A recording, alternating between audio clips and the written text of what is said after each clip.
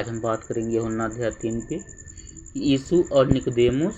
फरीसियों में से निकोदेमुस नाम का एक मनुष्य था जो यहूदियों का सरदार था। उसने रात को यीशु के पास आकर उससे कहा, हे रब्बी, हम जानते हैं कि तू परमेश्वर की ओर से गुरु होकर आया है।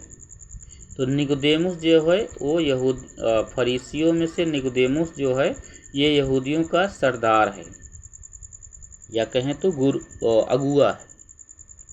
और ये रात के वक्त यीशु मसीह के पास आता है और कहता है, हे रब्बी, हम जानते हैं कि तू परमेश्वर की ओर से गुरु होकर आया, क्योंकि कोई इन चिन्हों को जो तू दिखाता है यदि परमेश्वर उसके साथ न हो तो नहीं दिखा सकता। यीशु ने उसको उत्तर दिया, मैं तुमसे सच सच कहता हूँ, यदि कोई नए सिरे से न जन्मे तो परमेश्वर का राज्य नहीं देख सकता। निकोदेमुस ने उससे कहा, मनुष्य जब बूढ़ा हो गया तो कैसे जन्म ले सकता है? वह अपने माता के गर्भ में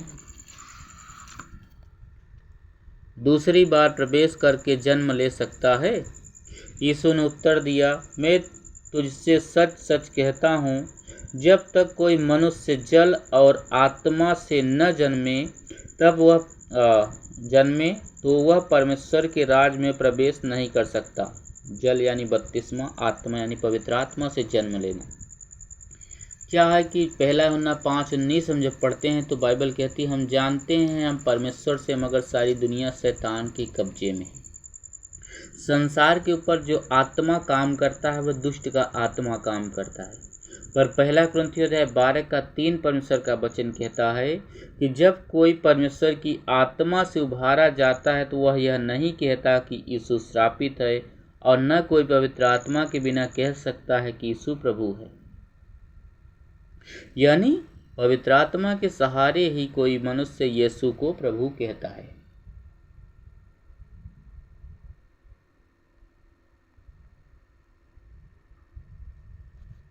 अब आगे देखिए क्या लिखा है। तो बाइबल कहती है जो मसीह यीशु में है वो नई सृष्टि है, पुरानी बातें बीत गई। कुलस्सियों शायद 3:11 वचन है, कोई वचन है, ये लिखा है बाइबल में। कहाँ लिखा है थोड़ा मुझे ध्यान आ रहा है। जो मसीह यीशु में है वो नई सृष्टि है, पुरानी बातें बीत गई। तो हमें पुरानी बातों पर मन नहीं लगाना है, हमें नई बातों पर मन लगाना है। अब यहाँ परमेश्वर का वचन कह रहा है 6 आयत से, पर क्योंकि जो शरीर से जन्मा है वह शरीर है, जो आत्मा से जन्मा है वह आत्मा है। ध्यान देना यहाँ पे, आदम से जो जन्म लिए, आदम की वंशावली वो शरीर से है, पर जो नए सिरे से जन्म लेना यानी पवित्र आत्मा के द्वारा जन्म होना, इसका मतलब है कि बाइबल कहती है कि जो मसीह यीशु में है वो नई सृष्टि है, यानी पुरानी बातें बीत गई। वो शरीर के हिसाब से नहीं, अब आत्मा से, यानी उनका जन्म पवित्र आत्मा से हो चुका है। हाँ, तो क्योंकि जो शरीर से जन्मा शरीर है, जो आत्मा से जन्मा है वो आत्मा। अचंभा न कर कि मैंने तुझसे कहा तुझे नए सिरे से जन्म लेना अवश्य। हवा जिधर चाहती उधर चलती है और तू उसका शब्द सुनता है, परंतु नहीं जानता कि कहाँ से आती है और किधर को जाती है। जो कोई आत्मा से जन्मा है वो ऐसा ही है। निकोदेमुस ने उसको उत्तर दिया, ये बातें कैसे हो सकती है? यह सुनकर यीशु ने उससे कहा, तू इस्राएलियों का गुरु होकर भी क्या इन बातों को नहीं समझता? मैं तुझसे सच सच कहता हूँ, हम जो जानते हैं वह कहते हैं, और जिससे हमने देखा है उसकी गवाही देते हैं, और तुम हमारी गवाही ग्रहण नहीं करते। जब मैं तुमसे पृथ्वी की बातें कही और तुम विश्वास नहीं करते, तो यदि मैं तुमसे स्वर्ग की बातें कहूँ तो कैसे विश्वास करोगे? कितना अच्छा वचन है। प्रभु यीशु मसीह कह रहे हैं कि मैं तुझसे पृथ्वी की बातें कर रहा हूँ तो तुम विश्वास नहीं करते, यदि मैं स्वर्ग की बातें करूँ तो तुम कैसे विश्वास करोगे? 12 वचन।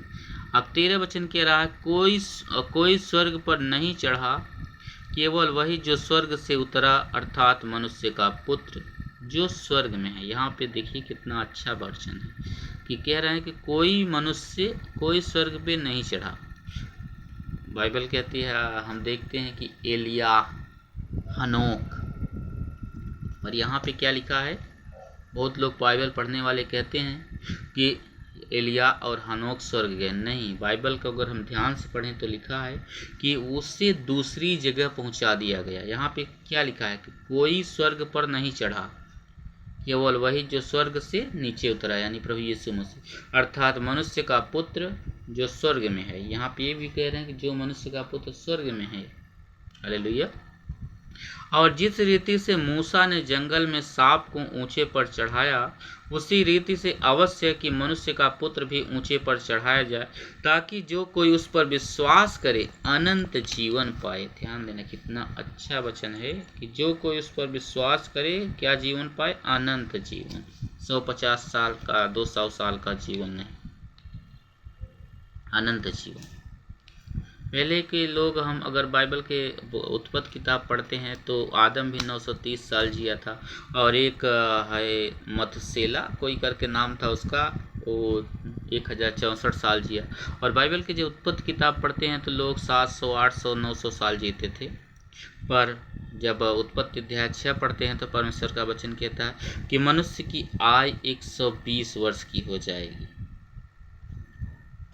तो आते हैं हम पॉइंट पे। प्रभु यीशु मसीह ने यहाँ क्या करें, ताकि जो कोई उस पर विश्वास करे वो अनंत जीवन पाए। कितना जीवन पाए, अनंत जीवन पाए। आधा, 10, 20, 50, 100, 200 साल का जीवन नहीं, अनंत जीवन पाए। आगे हम देखते हैं, क्योंकि परमेश्वर ने जगत से ऐसा प्रेम रखा, उसने अपना इकलौता पुत्र दे दिया, ताकि जो कोई उस पर विश्वास करे वह नष्ट न हो, परंतु क्या जीवन पाए, अनंत जीवन पाए। 150 साल का जीवन नहीं पाए, बल्कि प्रभु यीशु मसीह के नाम पर जो विश्वास करे वह अनंत जीवन पाए। अब आगे 17 वचन देखना, क्या लिखा है। परमेश्वर ने अपने पुत्र को जगत में इसलिए नहीं भेजा कि जगत पर दंड की आज्ञा दे, परंतु इसलिए कि जगत उसके द्वारा उद्धार पाए। यानी प्रभु यीशु मसीह को इसलिए दुनिया में नहीं आए कि दुनिया को दंड दे, बल्कि इसलिए भेजा परमेश्वर ने अपने पुत्र यानी प्रभु यीशु मसीह को कि जगत उसके द्वारा, हाँ देखिए लिखा, परमेश्वर ने अपने पुत्र को जगत में इसलिए नहीं भेजा कि जगत पर दंड की आज्ञा दे, परंतु इसलिए कि जगत उसके द्वारा यानी यीशु मसीह के द्वारा उद्धार पाए। जो उस पर विश्वास करता है वह उस पर दंड की आज्ञा नहीं। 18 वचन कहता है, जो मसीह यानी जो प्रभु यीशु मसीह पर विश्वास करता है वह उस पर दंड की आज्ञा नहीं होती, परंतु जो उस पर विश्वास नहीं करता वह दोषी ठहर चुका है, इसलिए कि उसने परमेश्वर के इकलौते पुत्र के नाम पर विश्वास नहीं किया। किस पर विश्वास करना है, नाम पर विश्वास करना है, किसी तस्वीर और फोटो वगैरह पे नहीं, यीशु मसीह के नाम पर विश्वास करना है। अब आगे देखिए क्या लिखा है। आज एक वचन कहता है फिलिपियो 2:10 शायद है, कि लिखा है कि परमेश्वर ने उद्धार दिलाने के लिए इस धरती पर कोई दूसरा नाम नहीं दिया है।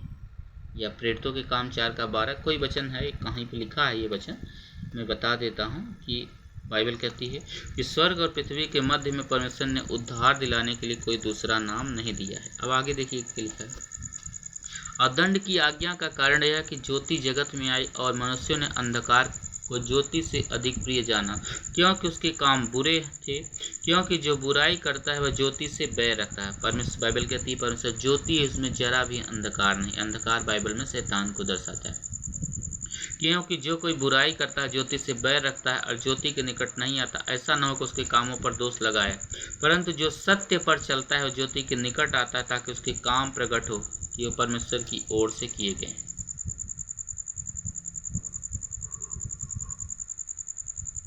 अगर 31 वचन पढ़ें, देखिए क्या लिखा है। जो ऊपर से आता है वह सर्वोत्तम है, जो पृथ्वी से आता है वह पृथ्वी का है और पृथ्वी की बातें करता है।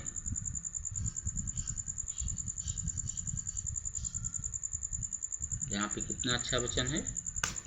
जो ऊपर से आता है वह सर्वोत्तम है, जो पृथ्वी से आता है पृथ्वी का है और पृथ्वी की ही बातें करता है।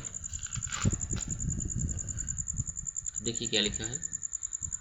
वह सबके ऊपर है, जो उसने देखा और सुना उसी की गवाही देता है। जो कोई उसकी गवाही ग्रहण करता है, जिसने उसकी गवाही ग्रहण कर ली, उसने इस बात पर छाप गादी की परमेश्वर सच्चा है, क्योंकि जिसे परमेश्वर ने भेजा परमेश्वर की बातें कहता है, क्योंकि परमेश्वर आत्मा नाप नाप कर नहीं देता। पिता पुत्र से प्रेम रखता है, उसने सब वस्तु उसके हाथ में दे दी। जो पुत्र पर विश्वास करता अनंत जीवन उसका है, परंतु जो पुत्र की नहीं मानता वह जीवन को नहीं देखेगा, परंतु परमेश्वर का क्रोध उस पर बना रहता है।